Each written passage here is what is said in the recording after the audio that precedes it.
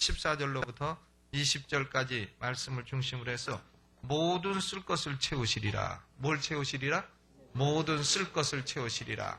모든 욕심을 채우시리라. 그런 게 아니고 모든 쓸 것을 채우시리라. 모든 탐욕을 채우시리라. 그겁니까?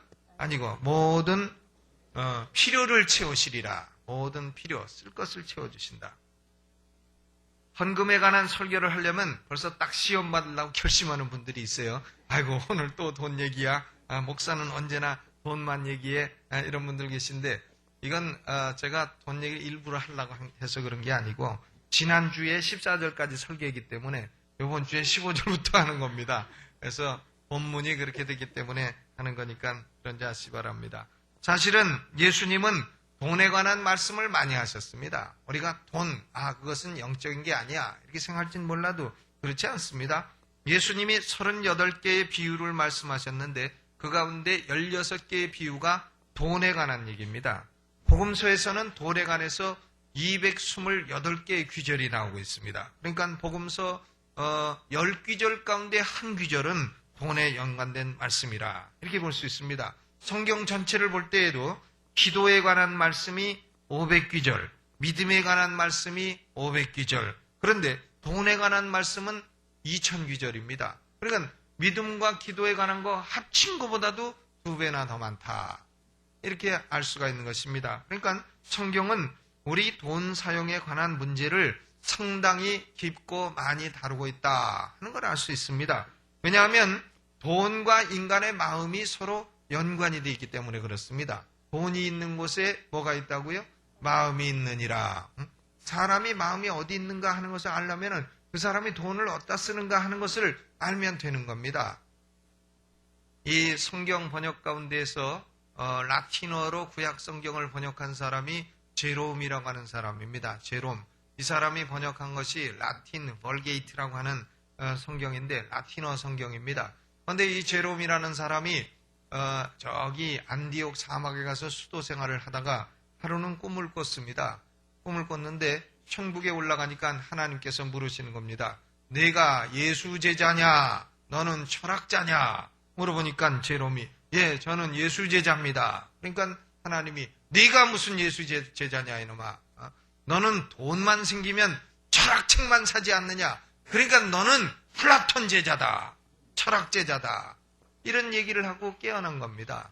그래서 이 사람이 깜짝 놀래가지고 내가 돈만 생기면 철학책만 샀더니 하나님께서 나를 철학제자라고 하시는구나. 그래가지고 그때부터 그 사람이 돈만 생기면 성경 사기 시작했고 성경 읽기 시작했고 성경이 그때는 지금처럼 이렇게 한 권으로 된 게 아니라 두루마리 성경 아닙니까? 책 한 권 한 권 두루마리로 무겁고 비싸고 그런 것이었습니다. 그래서 그것을 사서 그것을 읽고 히브리어를 공부하고 헬라어를 공부하고 해서 그 성경을 라틴어로 번역하는 일을 마치게 된 것입니다. 그러니까 하나님은 우리의 돈과 마음이 연결이 되어 있다 하는 것을 말씀해 주는 것입니다. 여러분이 돈을 어디다 쓰느냐? 돈을 자꾸 쾌락을 하는 데 쓴다. 그럼 마음이 쾌락을 추구하는 데 가 있는 겁니다.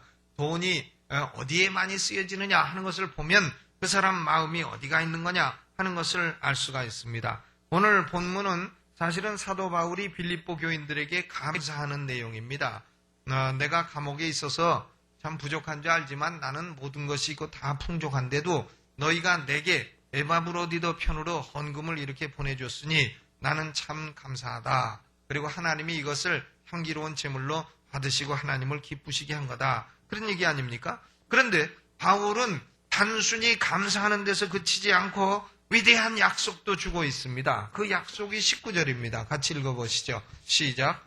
나의 하나님이 그리스도 예수 안에서 영광 가운데 그 풍성한 대로 너희 모든 쓸 것을 채우시리라. 이건 뭐냐면 주의 일을 위해서 기쁘게 제물을 드리는 사람에게는 하나님이 그 사람의 모든 필요를 다 채워주신다. 그 약속이에요. 우리는 19절 약속만 붙들고 참 좋다. 하나님이 나의 모든 쓸 것을 채우신다. 이렇게 해서 19절만 막 주장할진 몰라도 19절 약속을 경험하려면 그 앞에 조건이 붙어 있는 겁니다. 조건은 뭐냐 하면은 하나님을 위해서 성실하게 드리는 삶을 살아라 하는 조건입니다.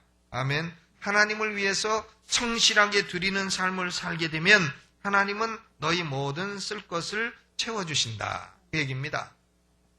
여기서 사도 바울은 성실하게 드리는 삶이 조건이 되어서 하나님이 축복해 주신다 했는데 성실하게 헌금을 드리는 삶은 어떻게 살아야 되느냐? 세 가지를 말하고 있습니다. 첫째로는 성실하게 드리는 헌금 생활은 신앙생활 초기부터 확립해야 된다. 그 얘기예요. 예수 믿는 그날부터 11조 시작해야 된다. 그런 얘기입니다. 그러니까 신앙생활 아예 초기부터 헌금할 줄 알아야 되는 거지. 나는 나중에 신앙 크면 헌금하려. 그런 사람은 죽을 때까지 못하는 겁니다. 아예 예수 믿는 그날부터 딱 결심해야 돼요. 제가 28에 예수 믿었는데 28에 예수 믿고 맨 처음 읽은 책이 뭐냐면 나는 할렐루야 아줌마였다 하는 그 책이었어요. 그게 최자실 목사님의 전기였는데 그 책에 보니까 11조 떼어먹는 놈은 도둑놈이다 딱 쓰여 있어요. 그래가지고는 아이고 내가 도둑놈 되면 안 되겠다 해가지고는 그때 공군 소위 봉급이 공군 중위였죠. 제가 중위 봉급이 10만 원이었는데 10만 원으로도 모자라고 밥도 먹기 어렵고 한데 그만 만 원을 툭 떼어내가지고 헌금을 11조 생활을 시작해서 지금까지 오고 있는데 지금까지 저는 그때부터 딱 결심하고 11조 생활을 해서 그런가 남들은 뭐 물질로 어렵다고 해도 저는 뭐 없긴 없어도 어려워 본 적은 없어요. 뭐 있어서 어렵지 않은 게 아니라 없어도 어렵지 않았어요. 없어도. 늘 마음이 부여기 때문에 그렇습니다. 마음이. 제가 우리 교회 표현은 남느니 돈이요 쌓이느니 재물이라 그러면 사람들이 막 뭐라 그러는데 이게 진짜로 돈이 뭐 남고 쌓여서 그런 게 아니라 마음이 그렇다고 말이죠. 여호와가 나의 목자시니 내게 부족함이 없으리로다. 지금 사도 바울 하는 얘기를 보세요. 감옥에 앉아가지고 내게는 모든 것이 있고 또 풍부한지라. 바울이 이게 감옥에 있는 사람 할 얘기입니까? 모든 것이 있고 풍부한지라. 마음이 풍부한 겁니다. 사람이 막 수십억 수백억을 갖고도 마음이 풍부하지 못하면 그냥 참 한 푼도 못 쓰고 두 푼도 못 쓰고 그러다가 그만 딱 다 놓고 가게 되는 것입니다. 그런데 이 성실하게 드리는 삶은 언제부터 해야 된다고요? 아이의 신앙생활 초기 예수 믿는 그날부터 딱 시행을 해야 되는 겁니다. 여기 15절 말씀 보세요. 빌립보 사람들아 너희도 알거니와 복음의 시초에 내가 마케도냐를 떠날 때 주고받는 내 일에 참여한 교회가 너희 외에 아무도 없었느니라 그랬습니다. 이 말씀은 복음의 시초가 뭔가 우리말 성경은 알아듣기가 어렵습니다만은 영어 성경에 보면 이렇게 되어 있습니다. In the early days of your acquaintance with the gospel. 그러니까 너희들이 복음과 친숙해지기 시작한 초창기부터 그런 얘기예요. 복음을 알기 시작한 early days. 그 초창기 때로부터 나에게 선교를 위해서 헌금을 드리는 그 일을 너희가 시작했다. 그러니까 예수 믿고 복음을 알자마자 빌립보 성도들은 헌금 생활을 시작한 겁니다. 그렇기 때문에 11조 생활이나 헌금 생활은 신앙이 성장한 후에 해야 되겠다. 이렇게 미루는 사람은 성실한 헌금 삶의 제1 원리를 모르는 것입니다. 이 헌금 드리는 것은요. 성숙한 신앙의 원리가 아닙니다. 신앙의 아주 초기부터 순종해야 될 그런 명령인 것입니다. 선교사들 리포트를 보게 되면 그런 얘기가 나옵니다. 남미에 가면 남미 사람들이 그 아주 환경이 열악하고 사람들이 돈도 없고 그렇기 때문에 선교사가 그 사람들에게 11조 내라 하는 얘기는 무슨 얘기냐면 입으로 들어가는 빵을 뽑아내서 하나님께 드리라는 얘기와 똑같다는 겁니다. 그래도 선교사가 그걸 가르쳤대요. 빵이 입에 들어가다가 나오더라도 그걸 하나님께 드리는 생활을 해라. 그랬더니 그 생활을 한 2, 3년 하니까 그만 성도들의 삶이 피고 경제가 회복이 되고 사람들이 나중에는 부유해지고 이렇게 됐다는 것입니다. 하나님은 한 11조 생활을 하는 사람들에게 경제적인 약속을 허락해 주신 겁니다. 황충이 먹지 아니하고 쌓을 것이 없도록 부으시는 은혜를 부어주신다. 이런 약속을 하신 것입니다. 그렇기 때문에 성실한 헌금 생활을 하다 보면 하나님의 축복을 경험하게 되고 그렇게 되면 신앙이 성장하게 되고 하는 것이지 신앙이 성장하면 그때 하겠다 하는 것은 이것은 헌금의 제1 원리를 모르는 것입니다. 예수님도 누가복음 16장 10절 12절에 11절에 동일한 원리를 말씀하셨습니다. 지극히 작은 것에 충성된 자는 큰 것에도 충성되고 지극히 작은 것에 불의한 자는 큰 것에도 불의하니라. 너희가 만일 불의한 재물에 충성치 아니하면 누가 참된 것으로 너희에게 맡기겠느냐. 그러니까 작은 것에 충성되면 큰 것도 주겠다. 그 작은 것이 뭐냐? 불의한 재물이라 그랬어요. 재물에 충성하는 것이 지극히 작은 것이라 이렇게 말씀했습니다. 그러므로 우리가 큰 일을 맡고 하나님의 큰 축복을 받으려면 먼저 재물에 충성해야 된다 그 말입니다. 그러므로 재물 문제는 신앙의 기초요, 작은 일이요, 예수 믿고 처음부터 시작하고 순종해야 될 일임을 말씀하신 것입니다. 여러분 아직 11조 생활 안 하시고 계신 분들은 그냥 손해보는 셈 치고 해보시라니까요. 그러면 하나님은 약속을 이루어주시는 겁니다. 아, 나는 왜 이렇게 물질이 어려운가? 아이고, 내가 이렇게 사기를 당해가지고 있던 거 다 날렸네. 가만히 생각해 보세요. 가만히 생각해 보시면 여러분이 하나님께 얼마나 감사했는가, 특히 물질적인 감사를 얼마나 했는가 생각을 해보세요. 물질적인 감사가 너무 적었기 때문에 그런 게 온 것이 아니었는가 생각해 볼 필요가 있는 것입니다. 두 번째로는 성실하게 드리는 삶은 영원을 위한 확실한 투자입니다. 무엇을 위한 투자라고요? 영원을 위한 투자라. 영원 내세를 위한 투자라. 그 말입니다. 17절을 읽어보시죠. 17절 같이 읽어봅니다. 내가 선물을 구함이 아니요 오직 너희에게 유익하도록 과실이 번성하기를 구함이라. 바울은 내가 너희에게 선물을 구함이 아니라 그랬어요. 바울은 성도들에게 나 좀 헌금 달라 도와달라 이런 거를 요청하지 않습니다. 바울의 원리는 뭐냐면 하나님께만 기도하고 그래서 하나님이 성도들의 마음의 역사에서 주시면 그건 받는다. 이런 원리를 가지고 있었던 겁니다. 그런데 그렇기 때문에 바울이 여기서 내가 선물을 구함이 아니요 그랬습니다. 그러면 오직 너희에게 유익하도록 과실이 번성하기를 구함이라. 이 너희에게 유익하도록 과실이 번성하기를 구함이라. 이것도 말이 한국말인데 알기가 어려운 말이에요. 그냥 이렇게 보면은 알 것 같은데 알기가 어려운 말입니다. 이것은 영어 성경을 보면 이렇게 번역이 되어 있습니다. I am looking for what may be credited to your account. 너희들의 구자의 크레딧, 즉 크레딧이라는 것은 구자가 돈이 늘어난다는 얘기입니다. 크레딧이요. 크레딧이 우리는 외상 마이너스로 생각하지만 은행 구자일 때 크레딧은 플러스예요. 그러니까 너희 구자에 드린 헌금이 계속해서 축적되기를 구한다. 그런 얘기예요. 너희 과실이 풍성하기를 구하노라. 이 얘기는 너희가 천국에 가진 은행 구자에 너희 구자에 돈이 계속 축적되기를 원하노라. 그런 뜻입니다. 그러니까 바울은 빌립보 성도들이 천국 은행에 구자를 가진 것으로 생각한 거예요. 어카운트. 여러분 천국 은행에도 다 구자가 있는 줄로 믿으시기를 주의 이름으로 축원합니다. 여러분 구자가 다 있어요. 그러니까 헌금 안 드리고도 나는 안 드린 건 누가 알겠나 생각하지 몰라도 천국 구자에 가면 다 거기는 다 정확하게 기록이 돼 있는 겁니다. 정확하게 다 기록이 돼 있어요. 또 헌금을 드리면은 저걸 혹시 목사가 중간서 떼먹는 거 아닌가 이렇게 생각하는 분 계신지 모르겠는데 한 분도 안 떼먹습니다. 근데 그것이요 만약에 천국 가서 없어졌다 그러면 그게 내 구자로 와 있다 이렇게 되면 그럼 다 뽀록 날 일인데 그걸 왜 그런 미련한 짓을 하겠어요. 이 세상에 제일 미련한 짓이 도둑질이에요. 왜냐하면 도둑질하게 되면 4배 내지 5배 손해보는 겁니다. 그러니까 그것은 아주 미련한 짓이에요. 나중에 천국 가서 도둑질한 거 천국 가서 보면은 아이고 3배 4배 은행에서 다 빼가지고 네 거 이거는 감한다. 왜? 그거 도둑질했지 않느냐 이러면 얼마나 손해보겠어요.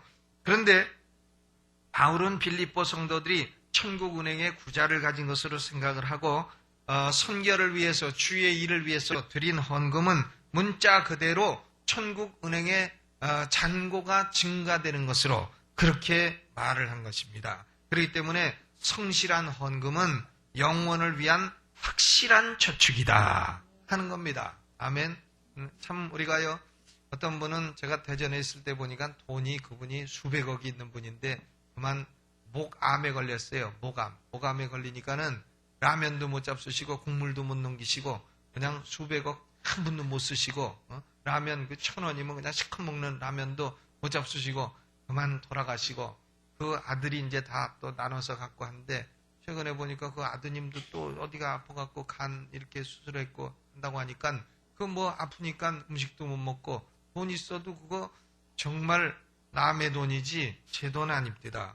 그러니까 우리는 이 잠깐 지나가는 세상에 있는 이것을 어떻게 하면 영원화할 거냐, 어떻게 하면 영원한 가치가 있는 것을 할 거냐 하는 것은 결국은 주의 일에 드리는 겁니다. 목사가요, 교회가 돈 떨어지는 게다 이렇게 생각하지 마세요. 영혼을 위해서 그게 투자하는 거예요. 밝혀드리는 겁니다. 저도 성도의 한 사람이고 저도 영혼을 위해서 투자하는 사람이죠. 저는 돈뿐만 아니라 내 인생을 다 투자한 사람이죠. 그렇기 때문에 영혼을 위해서 투자하는 것은 참으로 지혜로운 일인 것입니다. 다 놓고 갈 건데 참으로 지혜로운 일이에요. 장례식 가서 한번 생각해 보세요. 이분이 참 돈을 얼마나 놓고 갔는가. 그것은요 아주 하나도 중요하지 않습니다. 그러나 이분이 살아계실 때 하나님을 위해서 얼마나 수고하고 얼마나 드렸는가. 이것은 아주 큰 일이 되는 겁니다. 왜냐? 이것은 영혼을 위해서 하는 겁니다. 그렇기 때문에 여러분 주의 몸된 교회에 드린 헌금이 있으시면 아이고 그거 괜히 드렸네 이렇게 생각하지 마시고 아까워하지 마시고 주의 일에 더 성실하게 드리는 삶을 사시기 바랍니다. 예수님이 마태복음 6장 20절에 뭐라고 말씀하셨냐면 오직 너희를 위하여 보물을 하늘에 쌓아두라. 보물을 어디다 쌓아두라고요? 하늘에 쌓아두라. 거기는 조미나 동록이 해하지 못하며 도적이 구멍을 뚫지도 못하고 도적질도 못하느니라 그랬어요. 천국은행은 은행깽이 절대 들 수가 없는 것이다. 그런 얘기입니다. 천국은행에 깽 할 수 있으면 난 그거 좀 껴줬으면 좋겠는데.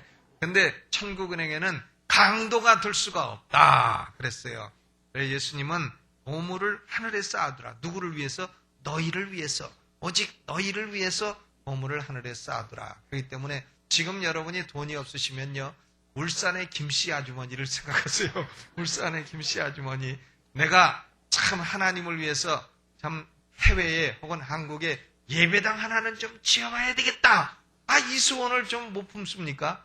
그리고 그 소원을 가지고 예배당 하나 지으려면 100억이니까 하나님 나한테 그거 좀 더 넘치게 주시옵소서 해서 기도하면 하나님께서 진실로 간절히 기도하고 마음의 소원을 품고 기도하면 그 골동품 만나게 하시고 자갈밭 나타나게 하시고 이러면은 또 될지 누가 합니까? 아멘. 큰 비전 가지시기 바랍니다. 뭐 안 될지라도 마음에 그런 생각도 못해요. 마음에 그런 생각이라도 해서 풍성하게 하고 그냥 꿈이라도 꿔보는 거죠. 깨보면 아이고 꿈이구나 그럴지라도. 그러므로 이 하나님께 성실하게 드리는 삶은 신앙생활 초기부터 하는 것이고요. 두 번째로는 이것은 영혼을 위한 확실한 투자다 하는 겁니다. 세 번째로 성실하게 드리는 삶은 그 자체가 예배입니다. 우리가 예배를 드린다 하면서 성실하게 드리지 않는다. 그러면 그건 아닙니다. 예배는 예배고 헌금이다. 그렇지 않아요. 성실하게 드리는 삶이 곧 예배요, 곧 예배의 한 부분이다. 그 말이죠. 18절에 뭐라 그랬습니까? 18절 같이 읽어보죠. 시작. 내게는 모든 것이 있고 또 풍부한지라 내 밥으로 어디도 편해 너희의 준 것을 받음으로 내가 풍족하니 이는 받으실 만한 향기로운 제물이요 하나님을 기쁘시게 한 것이라. 향기로운 제물이라. 이게 뭐예요? 구약시대에 번제를 드려서 기름, 내장 기름과 그리고 간커플과 두 콩팥과 이런 것을 태우지 않습니까? 그걸 태우면은 불고기집에 고기 탈 때 얼마나 냄새 좋아요. 그게 하나님이 그 향기를 맡으신다는 거예요. 향기로운 제물이 된다. 그러니까 이 헌금이 향기로운 제물이 됐다 하는 것은 구약시대의 예배 행위의 용어인 것입니다. 그러므로 헌금 드리는 것은 교회도 아니요, 목사도 아니요, 선교사도 아니요, 바로 하나님을 향해서 드리는 겁니다. 성실한 헌금은 하나님께 드리는 것이고 그것은 곧 예배다 그 말입니다. 그러므로 헌금은 하나님을 사랑하고 하나님을 예배하는 사람이 하나님께 드리는 겁니다. 저도 드리고 여러분도 드리고 그래서 교회가 일꾼들이 또 녹을 받을 수 있고 또 일꾼들이 힘을 얻어서 일을 할 수 있는 거고 선교도 할 수 있는 거고 우리 강남중앙침례교회가 만약에 선교를 중단하게 되면요, 참 어려운 사람들 많아지는 겁니다. 우리가 교회 지금 국내 교회 100교회를 돕고 있잖아요. 그 100교회 시골에 있는 목회자들은 하루만 늦게 가도 전화 오는 거예요. 아, 돈 왜 안 보내주느냐. 거기 아주 목숨을 걸고 살고 있습니다. 선교사들도 그거 외국에서 그 선교연금 오는 거 그걸 기다리면서 그걸 의지해서 선교사 하고 있다는 걸 생각할 때에요, 우리가 그거 사소한 일로 생각해서는 절대 안 되는 것입니다. 헌금은 곧 예배요, 하나님께 드리는 것이요, 하나님을 사랑하는 것입니다. 사람이 사람에게 선물을 할 때도 사랑으로 해야 받을 수 있는 겁니다. 자기 부인한테 반지 하나 사주면서, 여보, 이거 내가 지금 남들 다 하는데 안 할 수도 없고, 참 내가 이거 하나 선물 안 하면 당신이 참 삐질 것 같고, 그래서 내가 이거 할 수 없이 정말 돈도 없고 한데 이거 정말 할 수 없이 하나 샀으니까 받으시오. 이러고 주면 참 반지를 그래도 부인이 끼긴 끼겠죠. 그거 안 끼면 손해니까. 그런데 끼면서도 참 기분 더럽네 이러면서 끼지 않겠어요, 그거? 그러나 참 구리 반지 하나를 사갖고 와도, 여보, 내가 더 좋은 반지 사고 싶지만 참 내가 돈이 부족해서 이렇게 구리 반지를 사갖고 왔는데 이게 뭐 값은 몇 푼 안 돼도 그렇지만 내가 당신 사랑하고 내 정성으로 산 것이니까 꼭 결혼 30주년 기념으로 받아줬으면 고맙겠어. 그래서 구리 반지, 이건 구리 아니에요. 18금입니다. 여기다 끼는 것은요, 장가 갔다는 표시예요. 이게. 그러니까 이러고 다니는 사람은 수상한 사람이에요. 왜냐하면 장가 안 갔다고 지금 사기치고 다니고 있는 거기 때문에 여기다 이거는 껴줘야 되는 겁니다. 구리 반지라도 껴야 되는 거예요. 그런데 참 반지 하나를 사줘도 이렇게 참 사랑과 감사로 드리면 받는 사람이 얼마나 감사하고 감격하겠습니까? 그러니까 의무감으로 그냥 어쩔 수 없이 아이고 내라고 해가지고 오늘 이번 달에도 또 내내 이렇게 하는 거하고, 하나님 사랑합니다, 감사합니다 하고 드리는 것은 벌써 하나님께서 받으실 때도 하늘과 땅의 차이가 있게 되는 것입니다. 그러므로 우리는 헌금은 눈치 보고 남들 하니까 할 수 없어서 한다, 주보에 이름 나온 게 할 수 없이 한다, 이런 마음이 아니고 하나님을 경배하고 사랑하는 마음으로 드려야 그것이 받으실 만한 향기로운 제물이 되고 하나님을 기쁘시게 하는 것이 되는 줄로 믿습니다. 고린도후서 9장 7절에도 바울이 똑같은 원리를 말씀했습니다.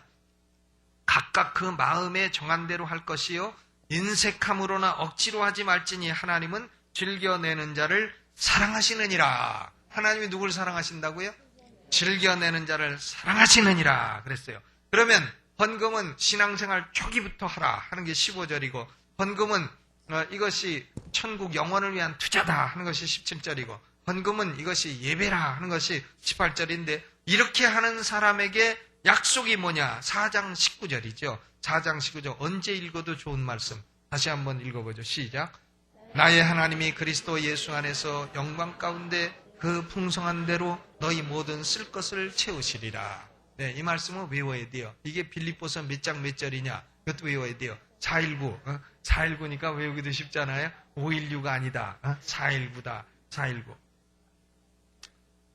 사실 이 말씀은 하나님이 그렇게 약속하셨다 하는 것보다는 사도 바울이 하나님이 그렇게 해주실 것이라 하고 확신하는 것입니다. 성령께서 바울에게 그렇게 쓰라고 하신 것은 벌써 하나님이 허락하신 것입니다. 약속의 주체는 뭐냐? 나의 하나님이야. 나의 하나님. 너의 하나님이 아니고 나의 하나님이죠. 바울은 하나님과 자신의 관계를 마치 소유격을 써도 될 만한 그런 관계로 얘기하고 있는 것입니다. 결국 하나님의 모든 축복은 하나님과 나와의 관계에서 오는 것입니다. 여러분, 하나님과 언제나 가까운 관계에서 동행하시길 바랍니다. 이 약속을 주시는 통로는 뭐냐? 그리스도 예수 안에서, 그렇잖아요? 예수 안에서.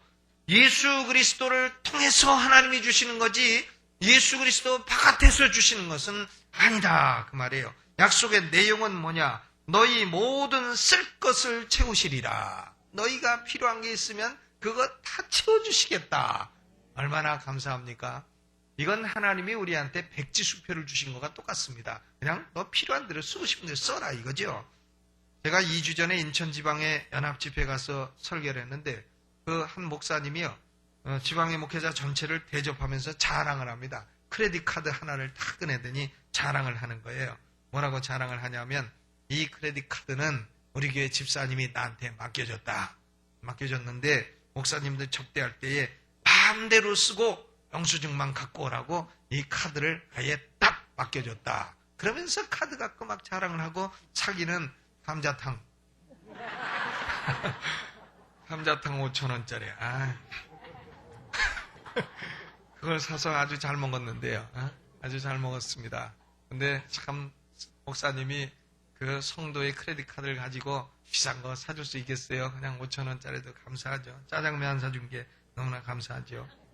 그리고는 그 다음에 조금 미안한지 목욕도 해라. 이래가지고 그냥 감자탕과 목욕 이거를 같이 그 카드로 했습니다. 아마 한 20만 원 썼을 것 같은데. 그러니까 하나님이 우리에게 너희 모든 쓸 것을 채우시리라. 얘기는 뭐냐면 하나님의 크레딧 카드 우리한테 딱 주시고 그리고는 쓰고 싶은 대로 쓰고 영수증만 갖고 와라. 그런 얘기입니다. 얼마나 감사합니까? 하나님은 성실한 헌금 생활을 하는 사람에게 모든 쓸 것을 채워주십니다. 탐욕을 채워주신 게 아니라 모든 쓸 것을 다 채워주신다. 그러니까 우리의 작전은 뭡니까? 하나님, 내가 필요한 게 많습니다. 그렇게 하는 게 작전이에요. 아멘. 하나님, 나는 필요한 게 이렇게 많습니다. 내가 필요한 게 많다는 걸 주께서 아시죠? 이렇게 될 때 하나님이 많이 채워주시지 않겠어요? 이 약속의 보증은 뭐냐? 보증은 영광 가운데서 그 풍성한 대로 주시겠다. According to His glorious riches. 그랬습니다. 하나님의 영광스러운 부요로부터 너희에게 다 쓸 것을 채워주시겠다. 신명기 28장 12절에도 보면 여호와께서 너를 위하여 하늘에 아름다운 보고를 열어주시겠다 그랬어요. 하늘에 아름다운 보고가 있습니다. 창고도 있고 보고도 있습니다. 은행도 있고. 그런데 이 아름다운 보고를 딱 열어주시는데 그 보고는 첫째로 영광스럽고 둘째로 풍성하고 셋째는 아름답다 그랬어요. 그러므로 여러분 기도할 때에 먼저 성실한 드리는 삶을 사시고 그 다음에 하나님 하늘에 아름답고 영광스럽고 이 풍성한 보고를 나를 향해서 우리 자녀를 향해서 열어주시옵소서 이렇게 기도하시기를 바랍니다. 솔직히 우리끼리 얘기지만 그 물질은 중요한 것이에요. 물질이 중요합니다. 우리 성도들도 물질의 힘이 좀 있어야 주의 일을 할 수 있지 않겠습니까? 남한테는 그런 얘기 하지 마세요. 그냥 우리끼리 얘기니까 하는 얘기인데 사실 물질에 좀 복이 있어야 다른 사람 도울 수 있고 힘도 있고 그렇지 않습니까? 지금은 없을지라도 하나님이 보고를 열어주시면 울산의 김씨 아주머니처럼 될 줄로 믿습니다. 어느 새신자가 이제 한 가지 얘기하고 결혼을 시켰는데 목사님에게 상담을 요청을 했습니다. 목사님, 나한테 자꾸 11조 하라 그러시는데 내가 11조 하게 되면 전기세 못 냅니다. 전기세를 못 냅니다. 11조가 10만 원인데 우리 집 전기세가 10만 원입니다. 그러니까 목사님이 그러시오. 그러면 한번 3달을 시험해 보겠습니다. 당신이 3달 11조 내서 3달 동안 전기세 못 내면 내가 물어주겠습니다. 그래봐야 30만 백이 더 돼요.